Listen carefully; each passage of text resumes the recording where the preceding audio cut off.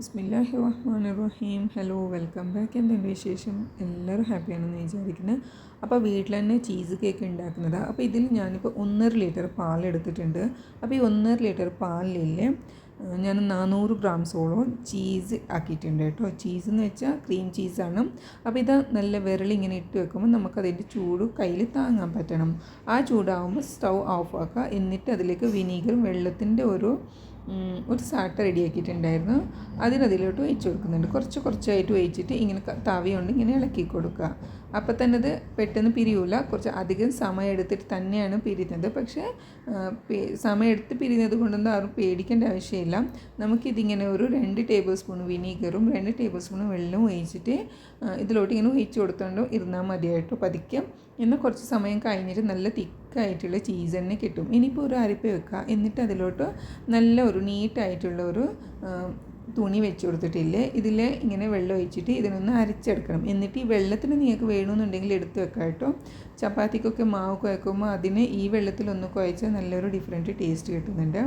എന്നിട്ടിത് ചീസി തുണിയിലൊക്കെ ഞാൻ വെച്ചിട്ടുണ്ട്. ഇതിൽ നിന്നൊക്കെ ചൂടുവെള്ളം അങ്ങോട്ട് മാറിയിട്ടില്ല. ഇതിനൊന്ന് കഴുകി ക്ലീൻ ആക്കണം. കാരണം എന്ന് വെച്ചാൽ ഇതിൻ്റെ വിനീഗറിൻ്റെ ആ വെള്ളമില്ല, ആ ഉപ്പിൻ്റെ അംശം അതൊക്കെ ഒന്ന് നീറ്റായിട്ട് കിട്ടണം. എന്നിട്ട് വീണ്ടും പിഴിഞ്ഞ് വെക്കണം കേട്ടോ. പിഴിഞ്ഞ് വെച്ചിട്ട് അധികം നേരം പിഴിഞ്ഞിട്ട് വെക്കണ്ട. കാരണം ഇതിൻ്റെ വെള്ളമൊക്കെ അങ്ങോട്ട് അറ്റിപ്പോകേണ്ട ആവശ്യമൊന്നുമില്ല.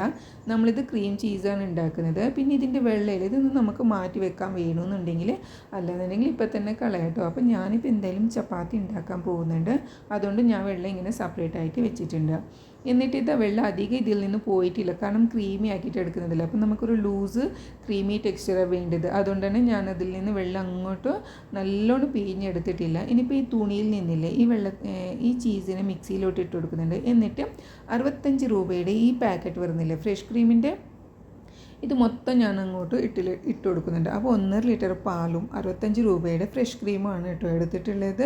ഫുൾ ഫാറ്റ് മിൽക്കാണ് എടുത്തിട്ടുള്ളത്. എന്നിട്ട് പൾസ് മോഡിലിട്ടിട്ട് ഇതൊന്ന് അരച്ചെടുക്കാം. എന്നിട്ട് ഇത് തുറന്ന് നോക്കുമ്പോൾ നമുക്ക് പെർഫെക്റ്റ് ആയിട്ടുള്ള ക്രീമി ചീസ് ഇവിടെ റെഡിയായി കിട്ടിയിട്ടുണ്ട് കേട്ടോ. അപ്പോൾ ഇപ്പോൾ ഇത് ഞാൻ എന്തിനാണ് ഉണ്ടാക്കിയെന്ന് വെച്ചാൽ, കുറേ സമയമായിട്ടും എൻ്റെ മക്കൾ പറയുന്നത് ചീസ് കേക്ക് ഉണ്ടാക്കി തരണമെന്നിട്ട്. അപ്പോൾ ഞാൻ വീട്ടിൽ തന്നെ വിചാരിച്ചു ഉണ്ടാക്കാമെന്നില്ലിട്ട്. ഇപ്പോൾ ഞാൻ ലൈവായിട്ട് നിങ്ങൾക്ക് കാണിക്കട്ടെ എനിക്ക് എത്രയാണ് കിട്ടിയിട്ടുള്ളത്. 481 ഗ്രാംസാണ് കേട്ടോ കിട്ടിയിട്ടുള്ളത്. പിന്നെ ഞാൻ ഇതിൻ്റെ വലിപ്പം, ഈ പാത്രത്തിൻ്റെ വലിപ്പം കൂടി എല്ലാം മിക്സ് കളഞ്ഞിട്ട് മൈനസ് സബ്ട്രാക്ഷൻ ആക്കിയിട്ട് ഞാൻ പറഞ്ഞത് 400 ഗ്രാംസ് എന്തായാലും എനിക്ക് കിട്ടിയിട്ടുണ്ടെന്ന്.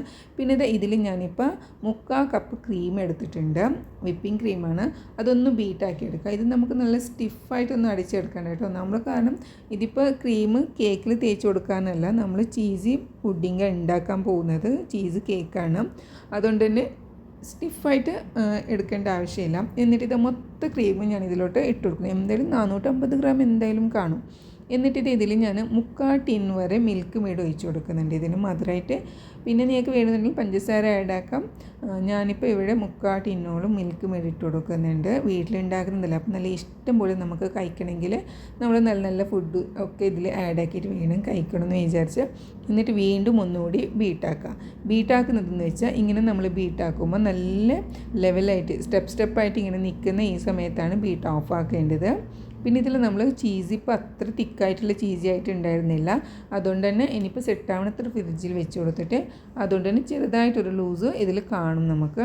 ഇനി ഇതിലോട്ട് തന്നെ ബ്രെഡിൻ്റെ ക്രംസ് പൊടിയാക്കിയിട്ട് ഇട്ടിട്ടില്ലേ, ബട്ടർ കൊണ്ടാണ് ഇത് മിക്സ് ആക്കുന്നത്. പക്ഷേ ഇപ്പോൾ എൻ്റെ കയ്യിൽ ബട്ടർ ഇല്ലാത്തതുകൊണ്ട് ഇതൊന്നിങ്ങനെ ഒട്ടിപ്പിടിക്കാൻ വേണ്ടിയിട്ട് ഞാൻ കുറച്ച് ഷുഗർ സിറപ്പ് ആക്കിയിട്ടില്ലേ ഇതിലോട്ട് മിക്സ് ആക്കിയിട്ട് ജസ്റ്റ് ഒന്നിങ്ങനെ പ്രസ്സാക്കി കൊടുക്കുന്നുണ്ട്. നല്ല ടേസ്റ്റായിട്ടോ. ബ്രെഡ് ഇങ്ങനെ ബട്ടറിൽ നനയ്ക്കുന്നതിനേക്കാളും ഇങ്ങനെ ഉണങ്ങിയിട്ട് പൊടിയായിട്ട് കിട്ടുന്നത് കഴിക്കാനാണ് ടേസ്റ്റ് എന്ന് എനിക്ക് തോന്നുന്നത്. അപ്പോൾ ഇതൊന്ന് സെറ്റാക്കിയിട്ട് ഫ്രിഡ്ജിൽ വെച്ച് കൊടുക്കണം ഒരു 10 മിനിറ്റ് നേരം.